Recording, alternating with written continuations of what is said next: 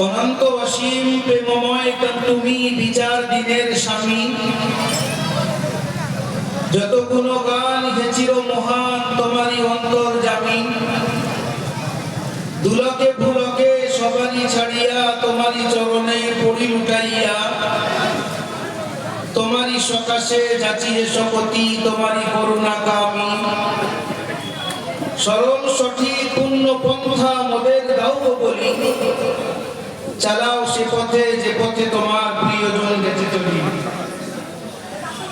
সর্বাগ্রে সমস্ত প্রশংসা ও কীর্তন, আরাধনা উপাসনা স্তব স্তুতি সেই মহান মহিয়ান গরিয়ান রব্বে কায়নাত, আমাদের খালিক তথা স্রষ্টা, মালিক তথা কর্তা, রব তথা প্রতিপালকের জন্য, যিনি দয়া করে মেহেরবানি করে একটা সুন্দর নুরানি বা বরকত মাহফিলে একটাই মাত্র সাবজেক্ট, অবজেক্ট, পারপাস, গোল, অ্যাম্বিশন বা উদ্দেশ্য, সেটা হলো আল্লাহ ও তার রাসূল সাল্লাল্লাহু তাআলা আলাইহি ওয়াসাল্লাম সম্পর্কে কিছু আলোচনা শোনা ও করা।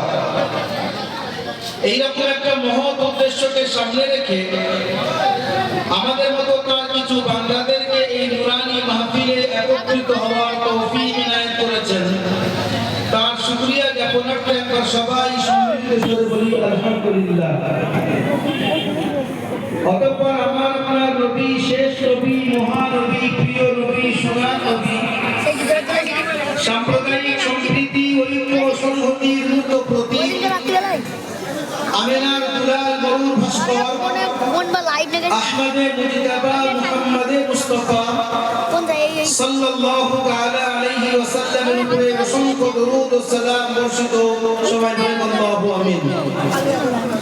অতঃপর আজকে তার সভার নির্ধারিত নির্বাচিত যথাযোগ্য মহামান্য সভাপতি সাহেব মুদ্দাজিল্লুল আলী, হযরতে উলামায়ে কেরাম, আমার সম্মুখ উপবিষ্ট বয়োজ্যেষ্ঠ সমবয়স্ক বয়োকনিষ্ঠ দিনদরদি ভাতৃবৃন্দ, যেখানে যেখানে আওয়াজ যাচ্ছে পর্দার অন্তরালে আমার আম্মা জানেরা ও গুরুজানেরা, শ্রেণীগতভাবে সবাইকে সালাম, শুভেচ্ছা, আশীষ, সম্ভ্রম, সম্ভাষণ জানাই।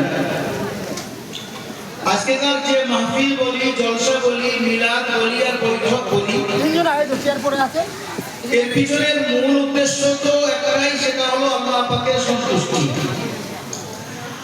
আর সন্তুষ্টি পেতে গেলে পদ্ধতিও জানার প্রয়োজন।